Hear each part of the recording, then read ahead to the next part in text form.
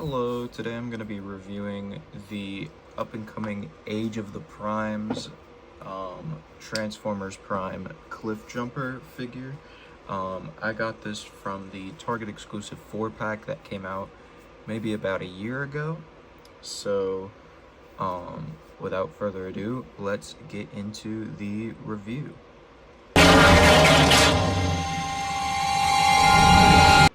Alrighty, so here we have the Age of the Primes Cliffjumper that's coming up.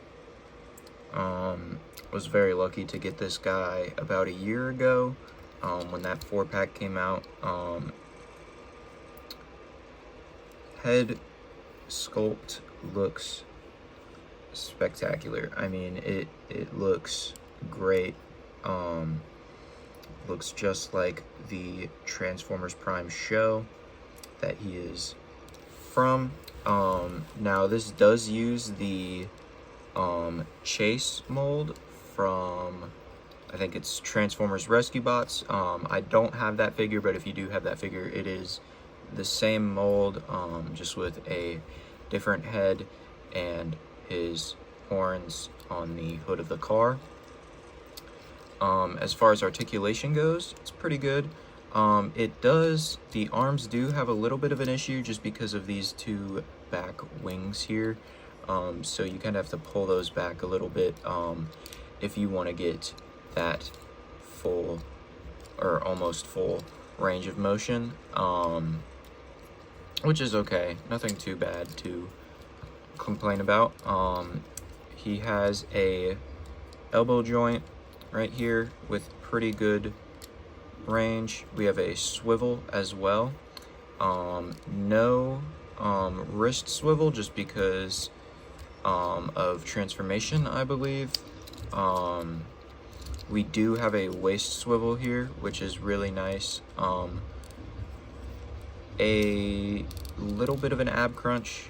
Well, I guess that's not really an ab crunch. More of just a looking down, yeah. As far as the legs go, you can move up that far, can move back that far. It is stopped by the waist.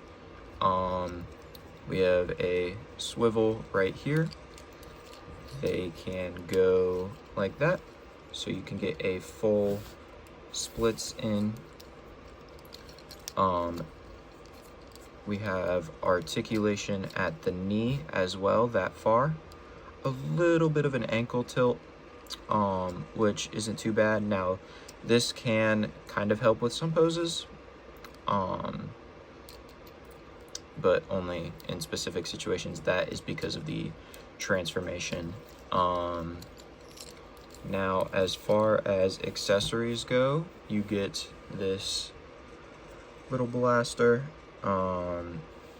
and then you get two smaller blasters. You can actually put this onto here if you'd like to give him that 3-barreled weapon that he uses in the show. And then we get these two claws.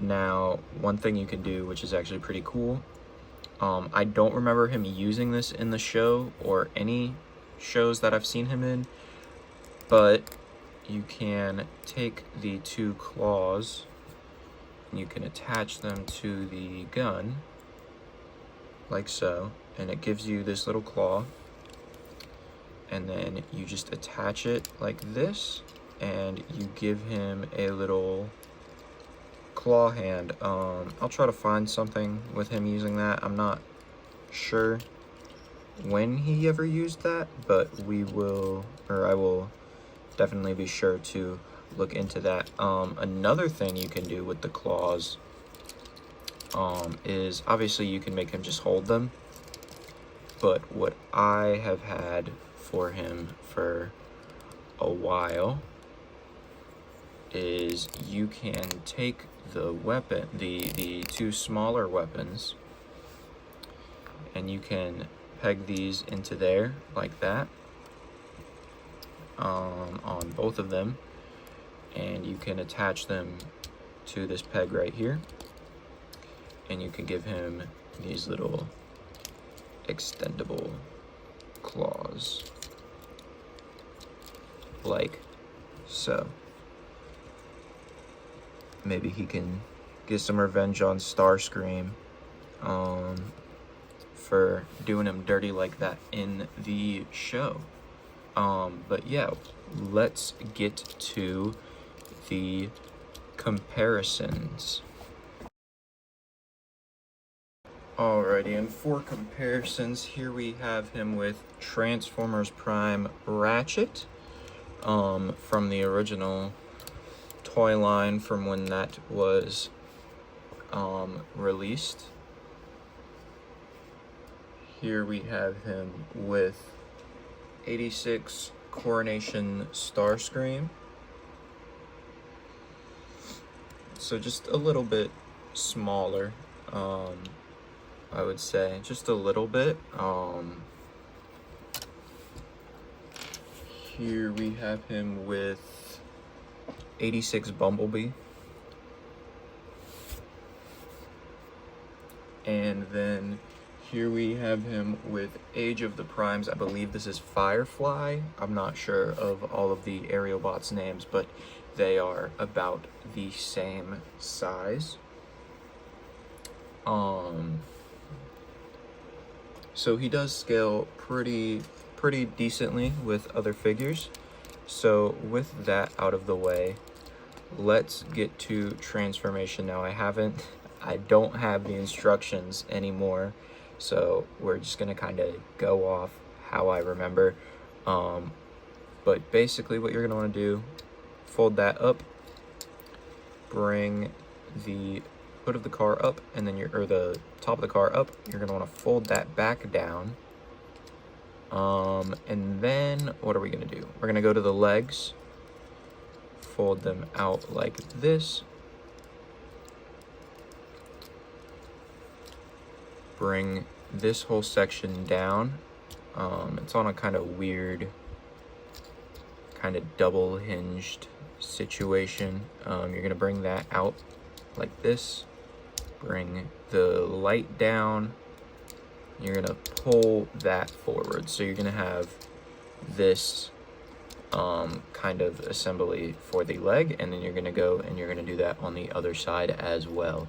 So bring this down, fold this up, bring this down, bring that leg down like that. All right, so now what you're gonna have is you're gonna have this kind of weird, really long cliff jumper. You're gonna connect the wheel like that, or the hood of the car like so.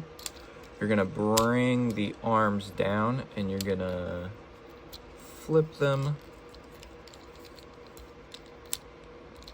Actually, it may be easier to flip that around first, yeah. So you're gonna do that like so, kinda, and then you're gonna bring this wing down like so, just like that. So you're gonna have this assembly right here, and then you're gonna come on the other side and you're just gonna do the same thing. Bring that like that, bring this wing down.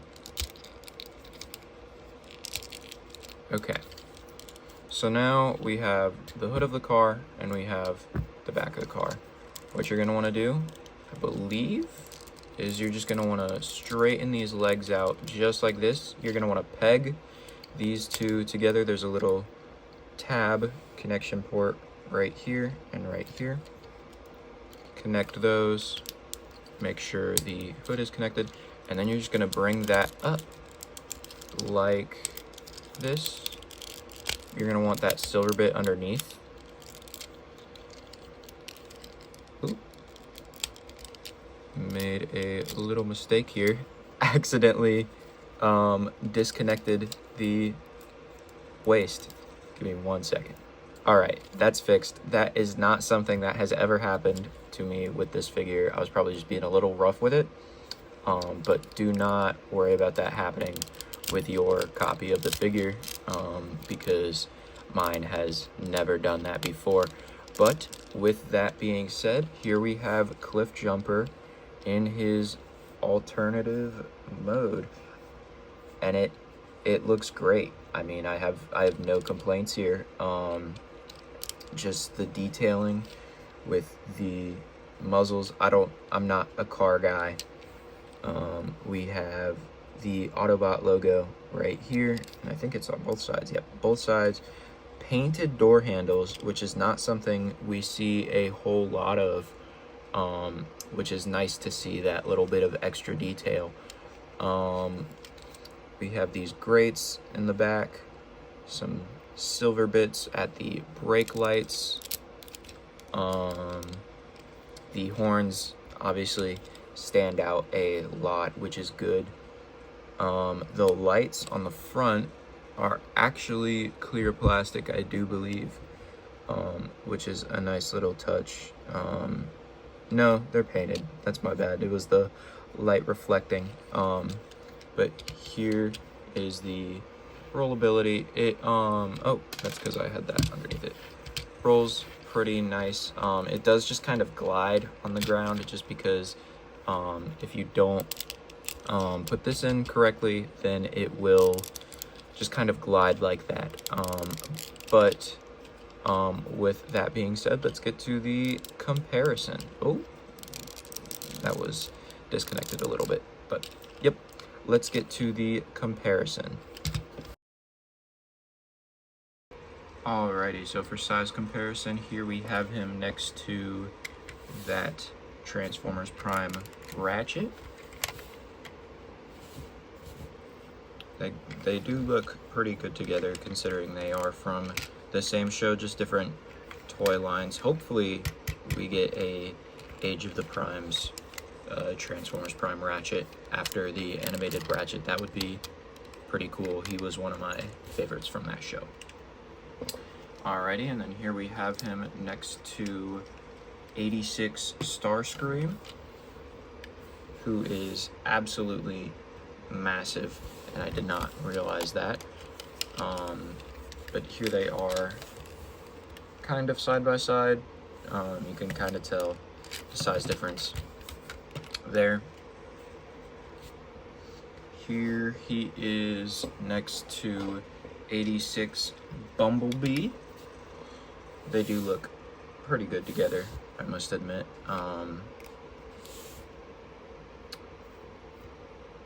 It's Bumblebee. And then here we have him with Age of the Primes Firefly, I think. I don't know the aerial bots all by name, and this is the only one I have, so bear with me there. But yeah, so there is your alt mode size comparison. One other thing I forgot to show was how the weapons can go into the alt mode. So for the cannon, I believe, yeah, you just place it right back here on this slot like that, and then you have your little cannon, and then you can add these little spikes here, or maybe here, wherever you want to put them, if you choose to attach your weapons to your alt mode like so. Alrighty, and with that out of the way, I'm gonna just show you guys how to bring him back into that robot mode. So you're just gonna untab the arms here. That's what I usually do. Just like this. You're gonna bring the hood out. It's a little bit difficult, but you just gotta give it a little bit of give. I'm probably doing it wrong, so bear with me. Again, I do not have the instructions anymore. So you're just gonna pull this up, and we're just gonna leave that there and out of the way. If you do the legs first, it makes the rest of it a lot easier. So you're just gonna split the legs like that. You're gonna fold up the headlights like so.